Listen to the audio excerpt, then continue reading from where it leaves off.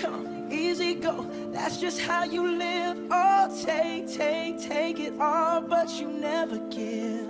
Mr. Bruno Mars. Yes, sir. How are you doing? Great. Excellent. Okay. Now, can we talk about your kind of growing up? Because you obviously you come from a very musical family. There was music around you when you were growing up.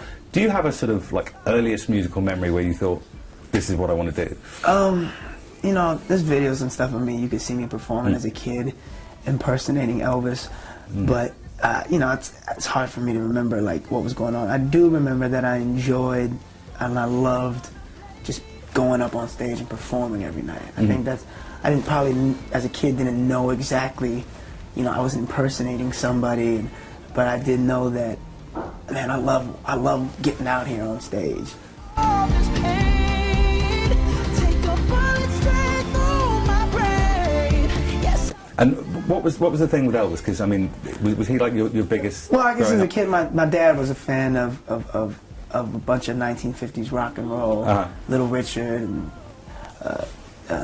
Elvis, Ray Charles, stuff like that. And I guess I saw a couple videos of Elvis, and I just saw girls freaking out, and I learned a little bit about his story and just how they were kind of, you know, scared of him because he was doing this music that wasn't supposed to be done, and that he was you know, shaking his legs on TV, and it was too risque at the time. And I just dug that. So I want a piece of that. Yeah. Yeah. What you don't understand is I'd catch a grenade. The past couple of years, I mean, before this is your first solo album coming out now, but you've been writing for other people some huge hits as well. Was a solo career for you always on the cards, or were you? No, yeah, well, I never thought I would, nor wanted to be a producer. I didn't move up to LA to say I'm going to be a producer and a songwriter.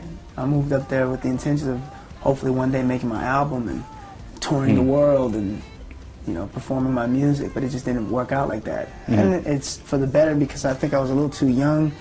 I was a little wet behind the ears and didn't really understand what it takes to do something like that.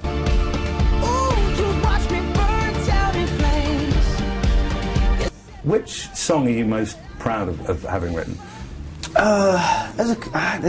know, these songs that I write, they all have a special meaning, and you know, I could tell you everything I felt in the studio when we did Nothing on You. I had this beautiful girls all over the world in my mind for maybe about a year, until finally one day we laid down this track, and it kind of just went with it. So when we finally laid it down, it was so special that that idea was finally out of my head and you know, finished. Who do you admire on a songwriting level?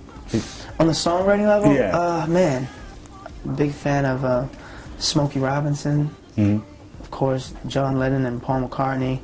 I love the Neptunes. They're great. Timbaland, Bob Marley. So many more.